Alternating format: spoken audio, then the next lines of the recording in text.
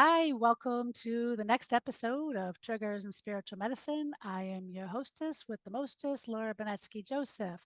In this podcast, we go into real talk. We address the elephant in the room to the growing sickness of our society, address root issues, and provide sustainable solutions. We hope by addressing the intersectionality and connect those varying dots of many of society's challenges, we can help others understand the trauma infection that impacts all of our life: addiction, domestic violence, divorce, racism, homelessness, sexual assault, chronic health issues, cancer, environment, climate change, and more. This is a collaborative program, so we hope to share a new perspective of solutions, healing, and resolutions. In each episode, so make sure you follow, make sure you share. But with each episode, we address a certain trigger while also offering the medicine with at least 3 tips or actionable steps that our listeners will be able to take and implement. And today, I am so excited to be able to have Kelly Bonanno here as our special guest, who is the founder of the Divorce Summit. And I kept saying to her earlier before we recorded, I kept calling it Domestic Violence Summit because this is going to air during Domestic Violence Awareness Month. Even though this summit has nothing to do with domestic violence, sometimes it plays a role, sometimes in divorce. Yeah. So, welcome, Kelly. Please tell our audience just a little bit about yourself and how you got started. Like, what was that so called trigger that says, I need to do a divorce summit? Well, it's a long time coming. Yeah, so it's the Loving Life After Divorce Summit. And really what triggered that was me coming out of my divorce, coming out the other side and thriving and really being happy and thriving and meeting other people and helping people get through it. My goal is for people to say, I'm happier than I've ever been. And the reason it's so important to me is because I find that a lot of people, they don't see the light at the end of the tunnel. They don't see it's, even if they want the divorce, it's so hard. Or they've been divorced for a while and they're stuck and they can't move on. And it's just creating that next chapter. Sometimes you need guidance, support, and you need that shift. And divorce is such an opportunity. So I am a wellness and life coach, and that's what I did for my focus was really health and life coaching. And then it sort of just started morphing more into life coaching, because health coaching is life coaching. All of the health habits that we need to change. Well, yes, we can get your macros set and we can get your energy levels up and sleeping better, but it really comes down to mindset and habits. And that is all about how we are living in our life and living in our bodies and the day-to-day things we're doing and how we're thinking, because our Yeah. thoughts create. I mean, I wish I had somebody like you when I got divorced almost 15, 20 years ago, because, and even though my case started out as a domestic violence case, the interesting thing, and anybody who is maybe a survivor of abuse may be able to relate to this as well, is I think because I grew up in a divorced home, I thought, or at least I was conditioned to think the abuse was my issue. So I was working on that. I could fix that. I could fix me. I I was like, did not want to be a divorce statistic. I was like, I, I'm a failure. I fail. So it's like interesting, like the mindset, like at least with myself, it was like, I failed. And even though there was abuse, it was like, in my mind, it was, I'm a failure. And if I'm a failure at this, I'm a failure at this X, Y, and Z too, you know? And that is, you And bring up such a good point. The shame and the guilt and the, well, marriage takes work and I'm 50% of this. And so I have to work. But, and that's what I want to change the narrative. There should be no shame. It is not a failure. It's a relationship that ended. And I'm not, pro-divorce, anti-marriage. If you can save it, absolutely do it, do the work. But if you can't, why go on for years and years and decades with the wrong person in the wrong situation? And look, it is good to hold the mirror up, because it takes two to tango. Even, in the worst of situations, we can always improve upon ourselves and how we approach situations in life. Plus, you have to learn so you're not repeating patterns. And you also want to, work on what yourself and your inner, do the inner work, because you don't want to play victim either. yeah, even if there has been betrayal or domestic violence, I'm not saying that, you technically are a victim, but you want that power, that you don't want anyone taking your power, Yeah, regardless. it's learning how to, I call it, how do we unpack the trauma piece and the stories because of the abuse so we don't repeat patterns and live a life that's thriving and empowered, right? Right. Exactly. Yes. So tell us about the Divorce Summit and what your vision was when you created this. So yes, my vision was to gather as many, thought leaders and experts in different various topics of divorce. Because the thing is, there's no divorce, no two divorces are the same. They're all different. They have common threads, of course, but everyone's dealing with a different situation. Maybe you are divorcing a narcissist. You're dealing with parental alienation, or you're dealing with a really hard co-parenting situation, or finances, or just a broken heart moving forward. So we've got all these different topics and experts dealing with high conflict, the co-parenting, step parenting, finance. And so people can kind of pick and choose, out of the I think there's like 25 sessions, maybe not every single one is for you, but the ones that are. And then, each session is, there's no fluff. We give some actionable tips because I want people to leave this summit with some steps that, okay, this is like clarity. This is what I'm going to do, and this is where I'm going to take it, whether they work with me or some of the speakers. And it's so great. All the speakers have so many great resources. And the other thing is to really, take action, because you feel stuck, and just clarity comes with action. So taking that first step. And people coming to the summit, that's why I call it Living Life After Divorce Summit. But maybe you're like just thinking about divorce, and that's like down the line, but just we're holding that vision for you. So if you're thinking about divorce, this can bring a lot of clarity. If you're going through it, this can help, because maybe you're, confused about finances, and we're gonna have dating experts, because that's a whole other, dating in itself, no matter what stage in life you're in, is Right. scary. So, in getting out there after divorce, maybe you haven't dated since the apps have been around. So they bring a lot of great wisdom and advice on that situation too. And even if you're not ready to date, watch, because you got to keep these tips in your back pocket. Yeah, I mean, this is where, hey, pull out your notebook and take Yes. notes and make sure you save, if somebody resonated with you, make sure you save their contact Yes. information for when you are ready, because Yeah. like divorce takes time when you finally decide, and then maybe you want to try to work it out, and other times it's no, it was just a bad, maybe we were young, and maybe we were just in Cinderella land, right? And Or not think realizing the commitment, or maybe we just grew apart, right? So right. outside of, like, because I do deal with a lot of stuff with family court abuse and domestic violence, but that's a whole different topic. Right. There's certain And situations you just need to get situation, out of no matter what. And absolutely, but the thing yeah. is, like, But even divorce. that takes time, because we say it takes 7 times for a victim to recognize it's time to leave and divorce. Yeah.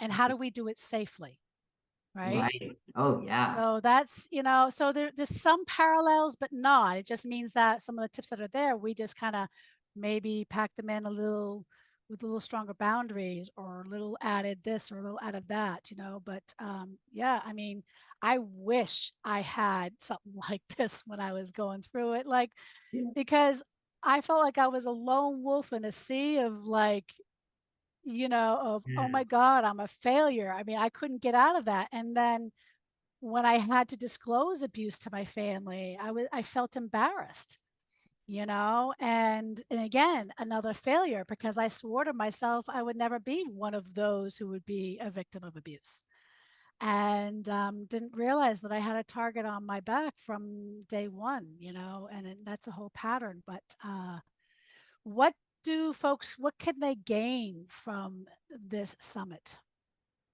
It's such an underserved community, which is sort of surprising, because divorce is nothing new, and there's so much less shame than there was, many years ago, but still there is. And it's funny that you said that, because many of the speakers have said that. I wish there was something like this when I was getting divorced. And there still isn't. Now there are some great resources, and the world is definitely opened up with resources, but it's still underserved. And I think people still feel alone, and we're so not. The interesting thing about some of the sessions, what you'll learn is sometimes you feel like you're the only one going through a certain situation, like, the domestic violence, and then, or the, betrayal, nice narcissist. There's so many people going through it. And I think that helps too, getting a little bit of a support system and not feeling alone. And then the guidance, really getting the professional guidance, because the speakers in their particular expertise know what works. They can guide you to what works. Like for you and the DV stuff, like, don't go it alone. Get, because we've done the mistakes for you. We've done the work for you. This is the path that we've seen works.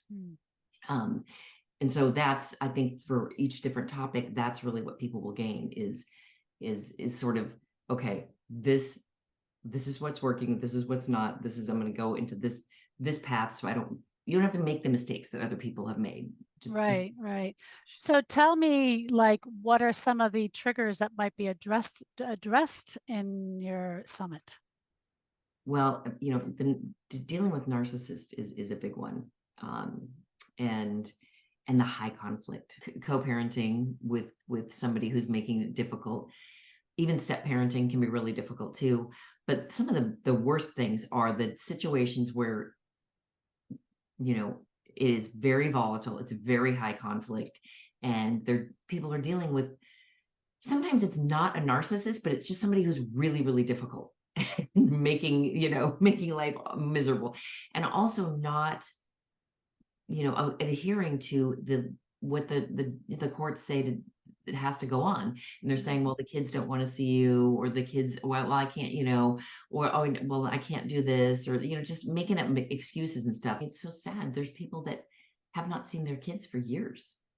And, in the court system, legal abuse, because even if you're not dealing, okay, with a narcissist or somebody who's quote unquote toxic, because some people aren't a narcissist, but they're very difficult and they've created a toxic situation and they're very difficult to deal with. So the thing is, you can't change someone else, but you can change how you react, how you perceive things, and that can change the whole dynamic. And some of the speakers are experts on narcissist, dealing with a narcissist, divorcing a narcissist, but they really explain the difference between a narcissist and someone who's just being very difficult and high toxic, and the difference between, we don't go into, like, this is your area of expertise, dealing with the sexual abusers and the abusers, because some narcissists, they're not abusers, they're just horrible, and they're so irrational, and they do the gaslighting, and they manipulate to the 10th degree, and they don't adhere to what the judges say, and they don't adhere to what they're supposed to do, so they don't. I mean, there's this term that I've heard, parental alienation, but I know that that's not really what it is. What it is legal abuse. And like Lisa Johnson talks a lot about legal abuse, and that like post separation, just not adhering to what you're supposed to do, not following the legal rules.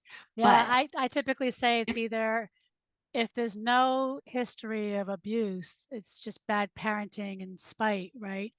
But if you're manipulating, if you're trying to control, if you're trying to create harm, that's patterns of abuse.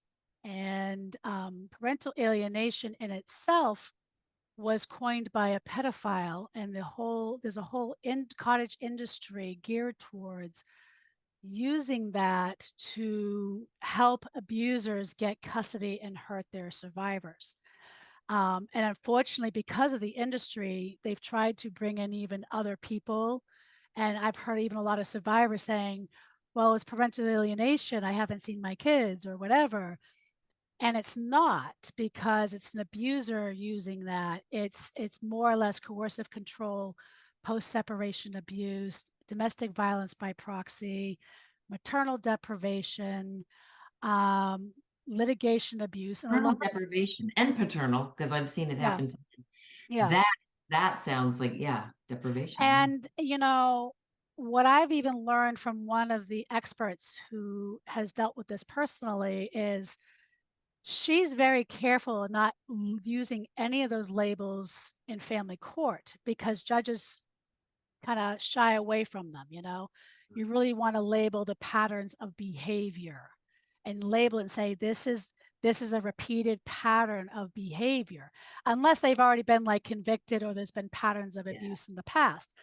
But I really, especially parental alienation, I mean, there's it's I try really hard to help coach survivors of abuse, especially, or people that might be victimized, to not use that term because of who it supports. And at the end of the day, children and victims of abuse are literally dying because of partly that terminology being used and win in court by abusers. So there are There's like other fabricated ways. like just kind of, oh, let's bring you in. This is such an awful thing, but really it's being used against.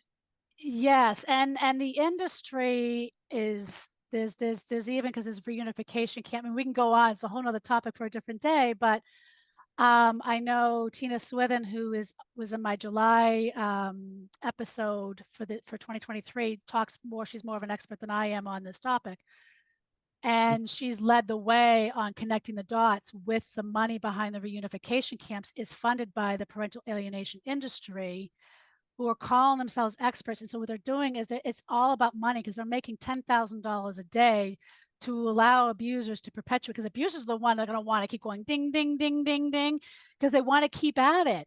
And so now you've got these parental alienation experts and industry experts that say, okay, well, we'll put them in reunification camp. We'll force them to do this. And at $10,000 a day. And it's wartime, type level of trauma that's being forced upon them, but it's being peddled by so-called parental alienation experts. And it's dangerous because it's not to say that folks that say, oh well, but I haven't seen my kids, or I feel like I've been alienated. I get it. I haven't seen my kids in 12 years, but I would never use that term because if I do, it supports my abuser. Right. So it's saying, like, look, no, he deliberately did X, Y, and Z. That's abuse, right? Or he kept me from X, Y, and Z. That's abusive, right? It's not healthy for the children to see X, Y, and Z, especially if you've just got two parents that are just maybe they're just mad at each other. They're not And necessarily involving domestic that's one of violence, the but cases I've it's seen is spite. It's spite. right. And everybody can be abusive, but not everybody is a domestic abuser. Right. So, and I think, jumping on some of these terms, you've got to be very careful how you use them, because if you don't, it's people like me that actually see the harm being done when we do. So yeah, it's such a and like a summit like this is like priceless because it's going to help educate people on how to navigate even maybe some of that terminology more effectively. Definitely. Wow. Thank you for that. Yeah. So I hope that helped clarify some things here, and thank you very much, Kelly. Thank you. And the summit is, you know, obviously I was a speaker too, so I love the variety of the speakers that you have. Yeah, And, it's a big variety. I mean, you had even people like how to downsize, right? How do Yeah. I mean, all these different things that come with divorce that you don't think about, right? Like Yes. finances and geez, what do I do? Why we shared a bank account for 15 years. I Right. don't, did I, A lot of you people know, don't know what's going on in their bank account, which is normal. And again, don't blame yourself. That's such a normal thing. We just, yeah. everything's together. And estate planning, people don't think, oh, I don't, they think about things when it's too late. So those sessions are really good things the ducks you want to get in a row before, because you don't want your ex making certain decitions. Yeah, especially things like life insurance Yeah. policies or Yeah. trusts, because that's Or really important too. or like God forbid you get into an accident and he's the one or she's the one. Healthcare proxy, right? You don't want those That things. makes, Yeah. And so yeah. like, oh, I forgot all about that. And then there you are. Yeah. I always say try to negotiate everything as 50-50 down the road if you can, right? Because that's, or, whatever it is, whatever your situation is. But a lot of times, yeah, the reason why you're leaving is because you are dealing with that irrational person and it's suffocating you, literally your life force, who you are as a being, who you are as a parent, every aspect of your life is controlled because of their irrationality, And I'm glad that you did this. I mean, this is very exciting. And what are three things that you could say, folks? What is like three takeaways folks can maybe get that they could do either today or from that they could get from the summit? Well, like I said, everybody's in a different spot. So it really depends on where you are. If you are just thinking about divorce, because here's the thing, we don't just decide to get divorced and then we just move on. I mean, it's years in the making for most of us. I mean, mine was a long time coming. Yeah. So if you are there thinking about divorce, I would say, definitely get with somebody who can help you think things through. If you are on the fence, should I stay? Should I divorce? Maybe work with a coach, a therapist that can see if you can work things out and, kind of maybe get the two of you together if you want to work it out.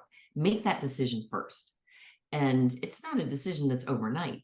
That's why I like the summit. It can give you an overview of what's to come, what's to expect, Yeah. because there's a lot of things to think about. So if you're just on the fence and thinking about it, make some kind of decision to take some kind of decision to make or action to make a decision. And I think talking to someone is really, really helpful. Like I just talked to a new client the other day, and through some questions I asked, we kind of worked it out. And it's like, okay, this is where you are. This is where you want to be.